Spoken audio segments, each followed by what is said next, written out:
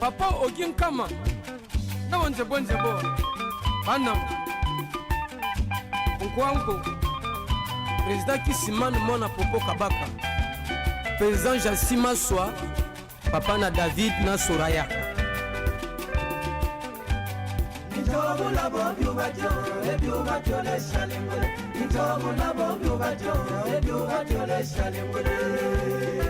Père de Timaswa.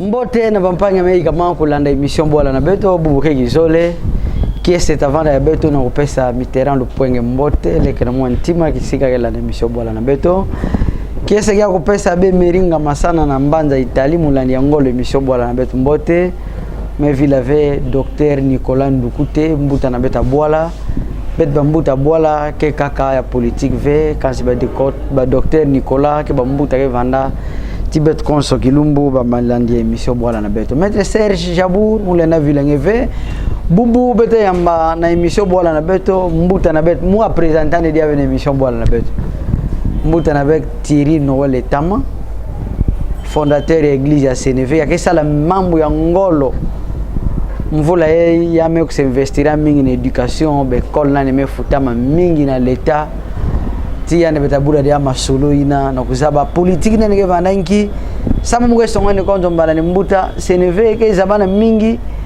bonzo kaka be école alors que CNV ya ba école ke na kati église mais tambula mbina babwala bene mona kotaba mukoko donc badibaya ba côté nyo secret ne kenki ata bandre no anisandi kansi be école bisalo na ke kweka na ntwala be landandi et puis nani manandi beda kuisha kulanda fioti message ya ou arrivé ya honorable papi mitete na kikwiti mebet bikante ntangu na mbuta na mu Thierry Noël Etama ya songa beto secret na nikenki ba komba ke kuisha meake kwenda kana ntwala Benjamin Luyele bete bigisa mbuta ya tuba na ntwala ba landi na beto ya emission bola na beto Mbote Krizo Ongaba.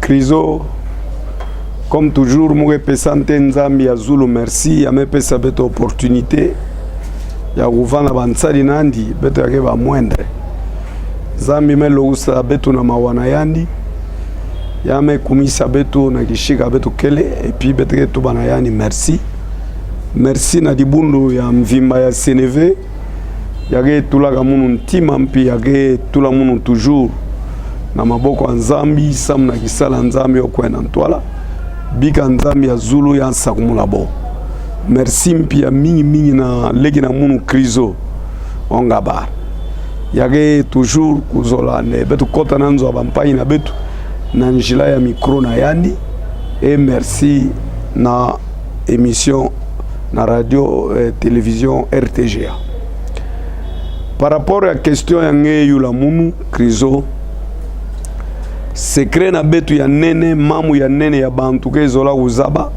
ya boge bu ya uzaba ya muge zola bo zaba mpi muge obligé kukotisa bona bantu ke uzaba ntende église CNV quel veut ONG CNV quel veut parti politique CNV quel veut association ou mutualité ya coutume yanki CNV que église protestante évangélique.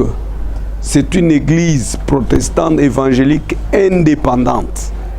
Il y a quel mono moué kaka instrument ya nzambi me sadila samuna kufondé et na kutula yo en place. En tant que tel, bon so association, bon so organisation, il y a quel nzambi ke fondateur na yo et que mono quel instrument ya me sadila. C'est tout à fait normal que ce ne veut qu'on en toile, ce ne veut qu'on progresser, ce ne veut qu'on réussir na bima nyonso ya ngesala. Alors, succès à Sénévé par rapport ya ba réussite na betu, ya avancement ya bima betu ngesala. Munda tuba secret na yo na nima mais mwezo la ntete mutalisa na ba téléspectateur ya gelanda mun na ntango yai. Kusonga bonde, c'est tout à fait normal que bantu monte ba complot contre betu. Bon son sadi anzambi. Bantu menga betu, bantu condamner betu, bantu calomnier betu. Bible tout bande kana ben me wabima ina sam na beno benge bantu ya kiese parce que bonso beaucoup calomnia ka betu, beaucoup sila ka betu makam. Beaucoup attaque betu. Alors, c'est tout à fait normal que mpila bo sala Yesu bo salampi betu. De deux, ndinga nzambi ke tuba mbote beaucoup accusé ben na makam mais beaucoup ta ben ayove. C'est ce qui est tout à fait normal que ntango ya boge kuisa kutuba bima be école fictive bantango ya getala yo boge monande bima ina yo kelve. Je crois histoire ina ya be école fictive Krizo mwe ituka kanangere vutkila yo parce que yo est vraiment dans le passé. Bantu asala bima ina bon moi je me regrette pourquoi bet monta bima ya kese na bo vandane munu musadisade avec bantu bo baka babisalu comme ça bantu ko continuer ko nyokwama na kati ya pauvreté na misère ba jeunes gens bo vana na kati ya pauvreté na misère comme ça bo pesa bo bambele bo pesa bo bantisa bo vana ba kuluna et bo kwena yai bo kuma ba bo sala ba base na bwala. Non, moi je suis un homme de Dieu. Et bisala moué sala ke sam na kupela ban lojingu Krizo. Bisala bede sala ke sam na uidika lojingu abam. Et je ne fais que répondre na appel ya nzambi me pesa mun par rapport ya vision ya nzambi metina mun. Par rapport ya appel na mun nzambi me binga mono etama alors que mouvana dia ka étudiant, mouvana kutu élève. Ya muge diaga élève na itere mbankuna na mfinda na bwala na betu na idiofa. J'ai trouvé que banjila na betu bamfinda babwala na betu yoge presque enclavé évangile ya keleka yo kelve mukuma na bwala mosi ngema kum nzema kum na itere kanange katwa itere mbange kwenda Koreama be ya Koreama genjila mfinda muge mona mebutuka na kati ya pauvreté. J'ai trouvé que boala na betu nzembe église vana moshi vana église catholique. Malheureusement même église na catholique mon peva katoka na kalo. Mais malheureusement mon peva na même na accès facile parce que njela kelve na bamfinda. Alors ça m'a inquiété. Vraiment boala bon soyai. Église bantuke sambave église ngompi tumandala kakabuna. Alors yesu ke tubande yange kuisa banda gluku ça m'a dérangé. Mon moment devait il faut musama nzambi nzambi satsa muna musadila ni puissama yo davanda occasion sam na muna kutamula na mabwala mulonga ndinga nzambi yo inangeye mona munu konso mvula mu etamula na mabwala.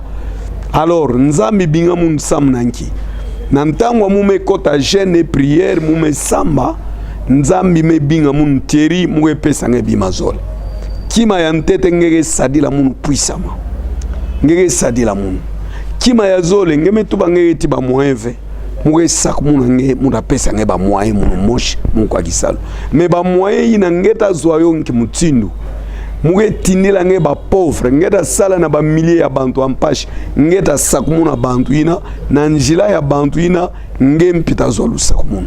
Voilà bampagne na munu bima bantu fait des zaba muge les politiciens ve muge les députés ve muge les nani ve muge ntsadi ya nzambi ya Zulu. Je prêche l'évangile avec les moyens que Dieu met à ma disposition. Je prêche l'évangile avec les moyens de Dieu. C'est-à-dire quoi? Yesu Christ me binga balongoki nandi tala mume longa bantu yai ke nzala boda kwa kuvutuka ve pesa bobo moshi benu moshi madia. L'église de Sénévé n'est pas un problème. l'église de Sénévé, c'est une réponse de Dieu aux questions des hommes. L'église de Sénévé, c'est une réponse ya nzambi ke pesa na ba question ya bantu ke yula. Église ya Sénévé ke solution ya nzambi ke pesa na bantu yina nyonso ya na mfunu ya kubaka mvutu. L'église de Sénévé, c'est comme cela na nzila na mono mume bingama samuna kupesa bantu kimfumu ya Zulu. Kimfumu ya Zulu kele kupesa bo lujungu, kupesa bo kisalu, kupesa bo ngemba. Avant même enlèvement ya Jésus-Christ, les gens doivent trouver des solutions. Yo ina mfumu Yesu ya nsonga betu pidiai. Ya to babeko longa ndinga nzambe, belula bambefu, kula bampevi yambi, bigisa ba ina mefwaka. Donc voilà, il y a des choses que nous devons résoudre à un niveau avant que Christ recueille. C'est dans ce cadre-là, c'est dans cette optique-là, il y a mon Thierry Noël et ma bonne Tsadi Anzambi. Je travaille sans relâche et secret pour répondre à ta question, Krizo Ngaba. Nki quel est secret na moun ki moué sala et boubouyaï. Il faut que je rappelle bantu, bedre karati. L'église à Sénévé aujourd'hui, qui a 12 ans, il y a une personnalité juridique, et il y a 12 ans, des écoles déjà dans les 900, et majorité de l'école, il y a des milliers de ruraux, et même à Kinshasa, il y a un bureau de coordination nationale, coordination sous-provinciale, provinciale, même majorité de l'école, il y a des milliers périphériques, et Boubouya et Naïdiof, à Kinshasa, il y a plus de 25 écoles déjà qui sont payées. Gloire à Dieu. Ce sont des pauvres, des vulnérables. Il y a mes oualoujung, il y a mes oualoglous. J'ai prêché hier. Na malongi na muna mumelonga Amazon na Acte des Apôtres.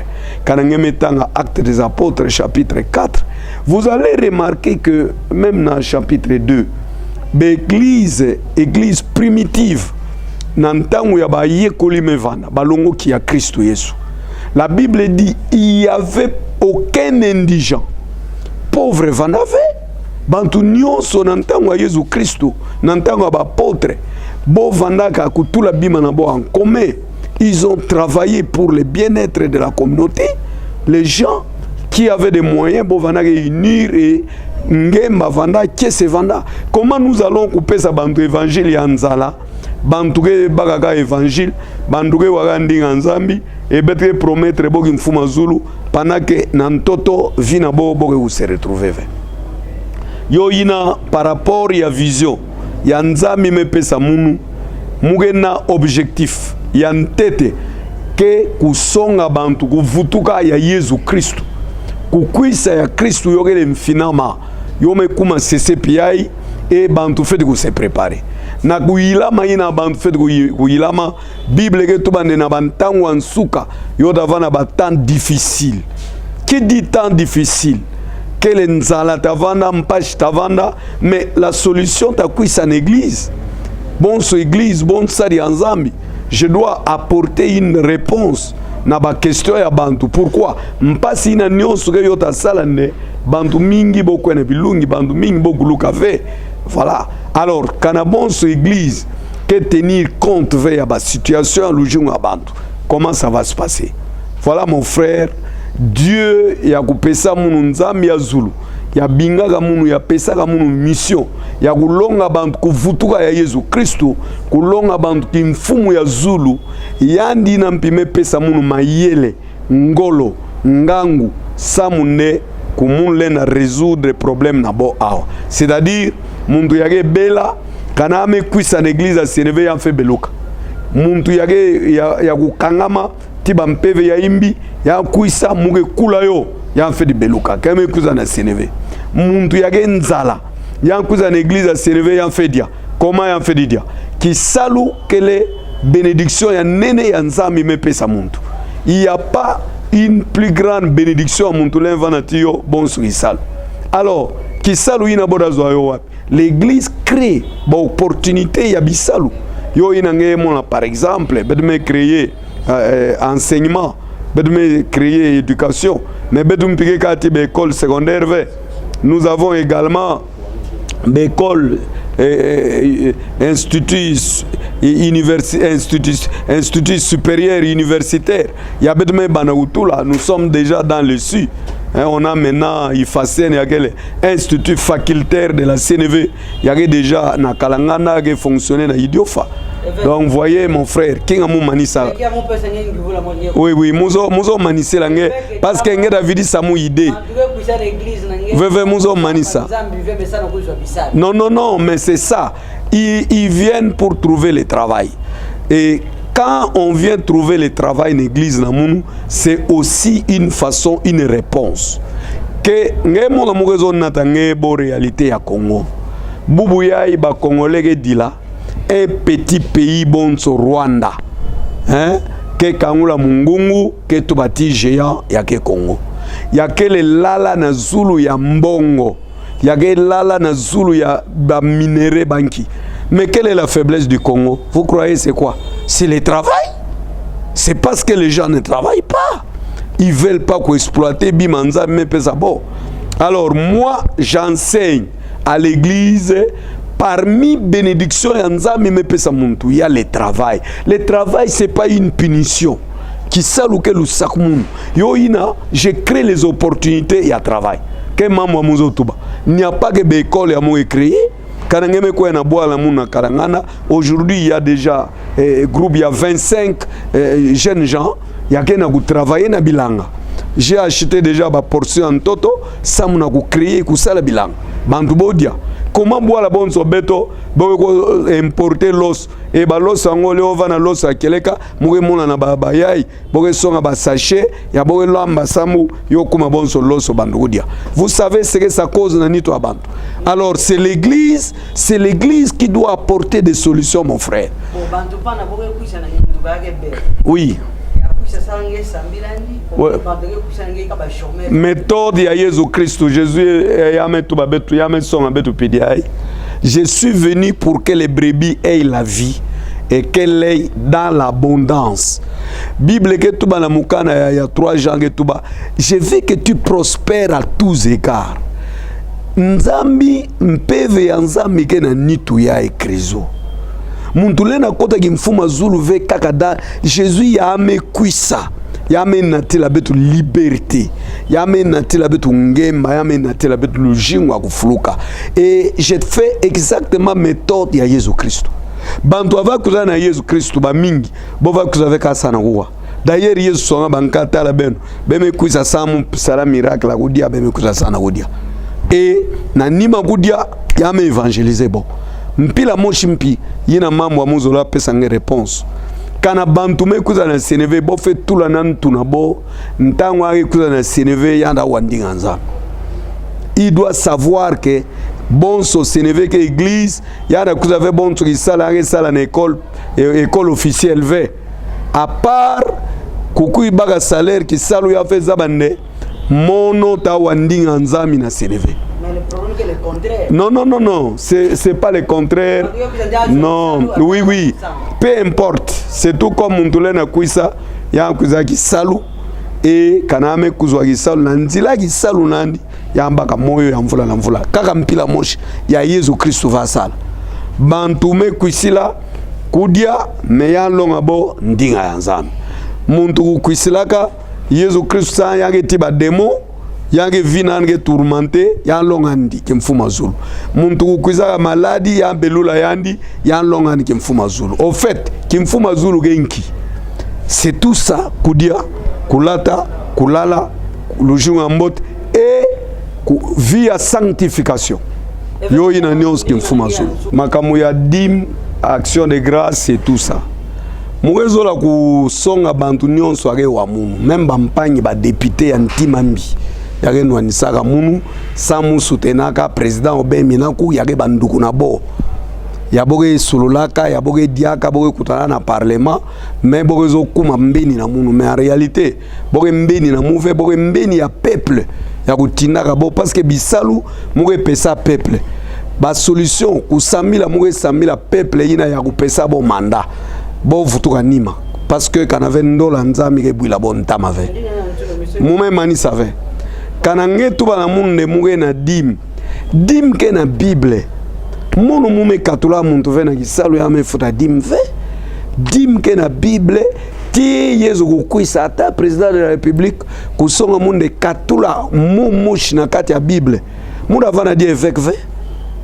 Je vais préférer mon foi que mon katula bo songa mon par exemple de évêque etama bana bubu yai bankento ta bala na bona bo babakala. Mumuna ndima yo ve. Parce que yo na Bible ve. Bo songa mon bubu ne bantu da peta dia dim ve. Mumuna tuba ve. Pourquoi? Parce que mon mouge longa ka Bible yage to bande bo pesa dim. Kana mu Kristo ke na kati ya dibunu. Longi ke na kati ya dibunu ya me futa dim. Masumu kelve. Masumu kelve. Yoge masumu ve. Alors par rapport à ya ngeme to bayai. Bampai na mumu. Mouge zo to ba pidia. D'abord aspect ya bandu va to ba pasteur mbike partout.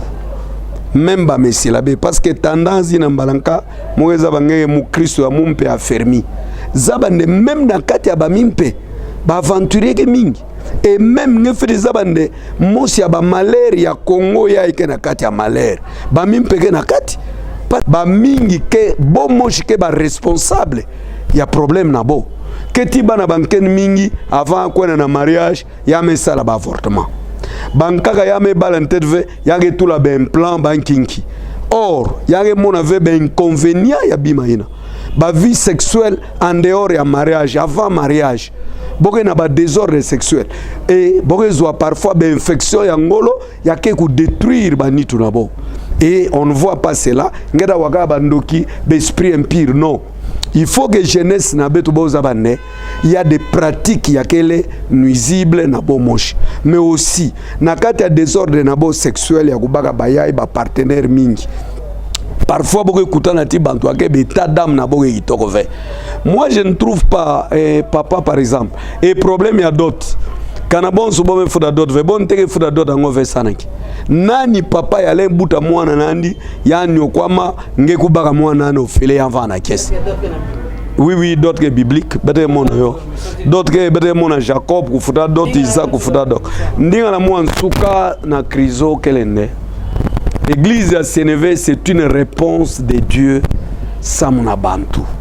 Bisalo abetke créé que sambu au lieu bantu kukwena na nzami kulomba bima nzami mepesa bo déjà. Betke tali sabango. Il y a des histoires, c'est comme Kentu nange, mais la milange madia, mais tout dit langue na mesa. Nge futuka dia na madame no, vraiment pesa mungu dia. Non. Donc, betle na ku yangi savait, ba nzambi na bima ina nzambe tout la bête. Alors, pour avoir des solutions efficaces, église ya Sénévé qui a invité bantu nyon sompila yesu tubande, benu kuisa na munu beni yakele fatigué et chargé, je vous donne du repos. Donc l'église de Sénévé qui est ouverte, na muntu nyon so na problème spirituel, problème ya lujungu nandi na yambaka solution na yo. Et au même moment, betke na zéro numéro ya téléphone na betu, numéro na betu ya téléphone qui est 081 026 94 00. Je reprends 081 026 94 00.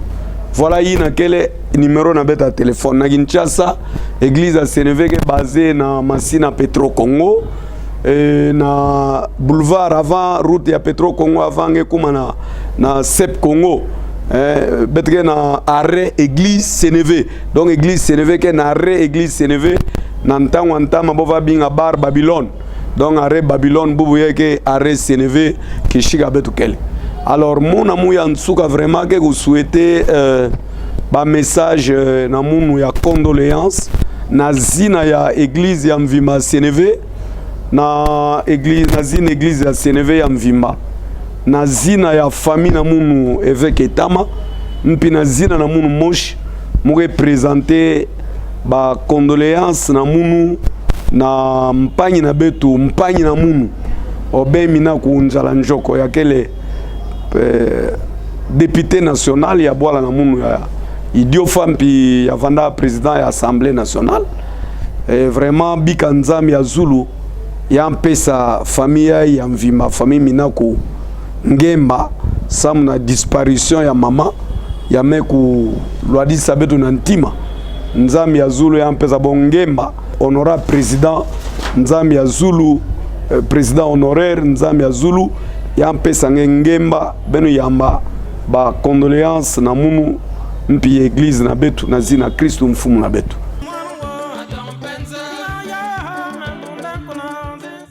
Merci Mbuta na beto Thierry Noël Etama. Benjamin Luyele tu dis la beto kukuma ya honorable Papi Mitete na Kikwiti. Très jeune mais makamwake sala na politique Monica Bonson de Mbasi Timbasi. Kana Kikwiti kupesa ni confiance en tout cas ta sala mambo ya ngolo et puis yandi na pikele mwana ya fait soutenir Bonson jeune. Ya kutuba mingi kelve. Mampang beta la Papi Mitete, député na beta Kikwiti, député provincial, et puis beta futuka wasa de mani sa émission.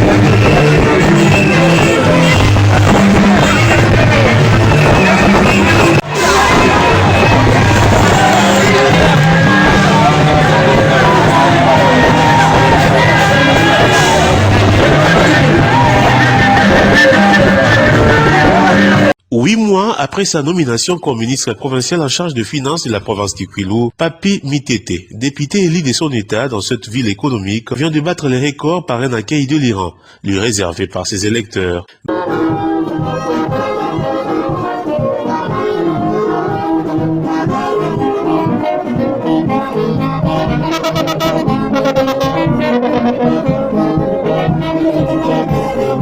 Même ceux qui ne lui ont pas voté ont été obligés de marquer leur présence à ces rendez-vous suite à l'agir du ministre Mitete dans sa circonscription électorale, agir qui se solde par plusieurs réalisations du côté exécutif provincial suite à ses plaidoyers et lobbying, mais également ses actions d'ordre social du côté de la population.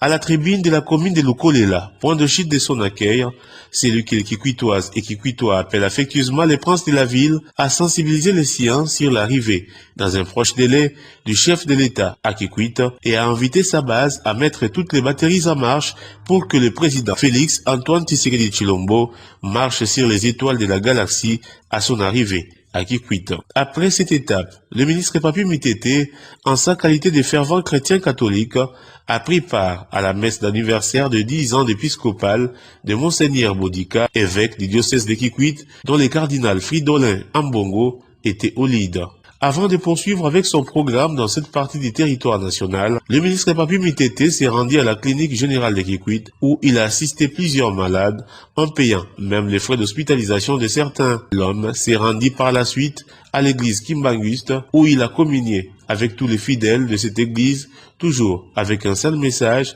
celui d'accueillir en prince le président de la République, Félix Antoine Tshisekedi Tshilombo, dans cette partie du pays. Différentes bases de jeunes œuvriers de son électorat ont été également visitées et sensibilisées sur le même sujet. Ces jeunes engagés dans la politique de son pays en général et de sa province le Kwilu en particulier restent une figure emblématique sur la terre de Kukupemba et un exemple pour toute une génération, mais surtout une personne ressource, porte d'entrée de toute politique dans la ville de Kikwit.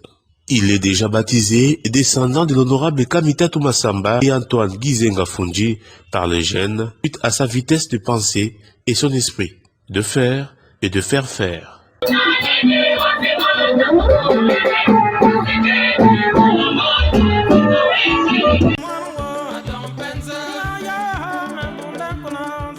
Benjamin Luyele, Bampangeza Vedvana Ipamusa na centenaire diocèse. Tudebe kama extra muyimbu fioti yananima nayo mpila mbuta muntu Thierry Noël Etama metuba mbuta na beto bemi na kumevidisa mama awa betkele ke kuzika ke na kusalama deja kansi na kizola ke kuisa betakuisa kuvutukila bizuzi na nkimuntina mafame luta sa obenge mbuta na beto ke mbuta na mundu bezayo ke ya kubumba ve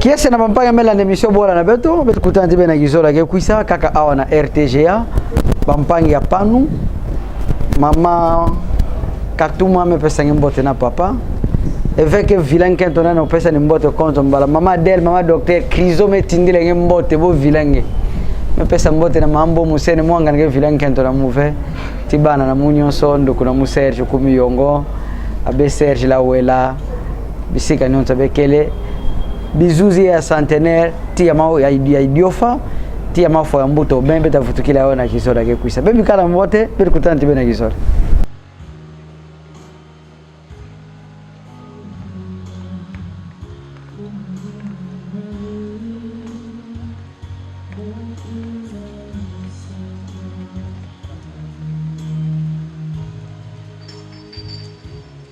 En ces temps-là, Jésus disait à ses disciples, Amen, Amen, je vous le dis, si les grains de blé tombés en terre ne meurent pas, ils restent seuls. Mais s'ils meurent, ils portent beaucoup de fruits. L'évangile que nous venons d'entendre nous dit aussi, si le grain de blé tombé en terre ne meurt pas, il reste seul, mais s'il meurt, il porte beaucoup de fruits. Je voudrais terminer par l'aspect des fruits. Porter du fruit. On porte les fruits lorsqu'on on a la vie en soi, lorsque on reçoit cette vie du Seigneur et on la transmet.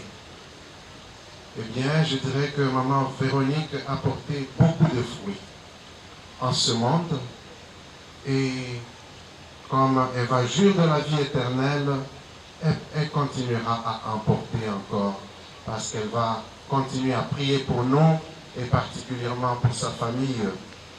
Le fruit que je perçois moi personnellement, c'est un peu la famille, mère de plusieurs enfants. Et quand j'observe cette famille à distance, je ne la côtoie pas beaucoup, je ne côtoie pas tout le monde, mais j'observe aussi, c'est une famille unie. La famille est vraiment unie. Il y a communication entre frères et sœurs, il y a entente et même la situation de maman. D'abord c'était le papa qui inquiétait un peu, mais tout cela est porté par toute la famille, avec beaucoup d'amour, beaucoup d'attention, avec un grand sens de communion et d'unité. Et je crois que ça, c'est le fruit, un des fruits que maman Véronique a porté. Grâce à sa foi, grâce à son sens de responsabilité comme mère, comme épouse. Mais elle a aussi porté des fruits spirituels, l'amour, la patience, l'accueil, la bienveillance, comme je l'ai dit. Et ces fruits spirituels proviennent de l'esprit. On nous parle du fruit de l'esprit dans la lettre de Saint Paul aux Galates. Voilà, frères et sœurs, ce que je voulais évoquer par tant des lectures que nous avons entendues, et afin de nous inviter à prier pour elle. Non seulement à prier pour elle, mais à préserver l'héritage qu'elle nous laisse, les enseignements que nous pouvons garder d'elle, de sa vie, de l'exemple qu'elle nous a laissé. Amen.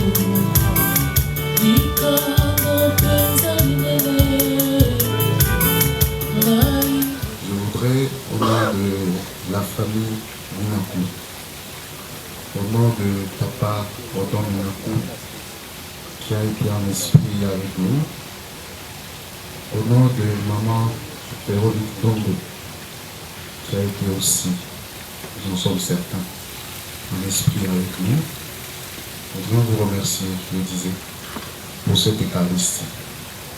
Parce que là, nous avons réellement honoré son âme. Nous avons fait ce qu'elle aurait voulu. Je remercie particulièrement le Père officiant, le provincial de Jésuite, pour son homélie. Parce que nous avons aujourd'hui, après un si long parcours, suivi un condensé de ce que maman, ce qu'elle était, de ce qu'elle est, parce qu'elle n'a fait que changer d'état. Merci beaucoup.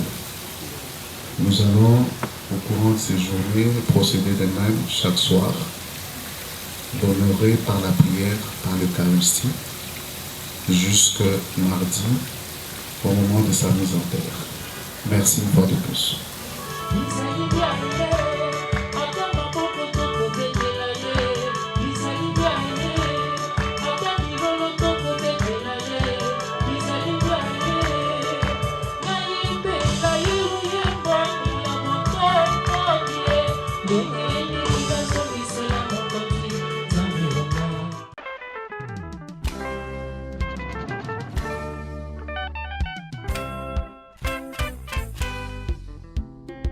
Papa Ogin Kama, na wanze bonze bo, banam,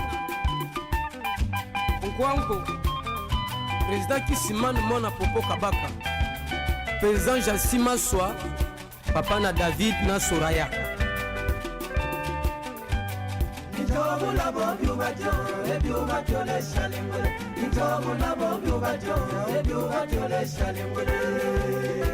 Père de Timassoa.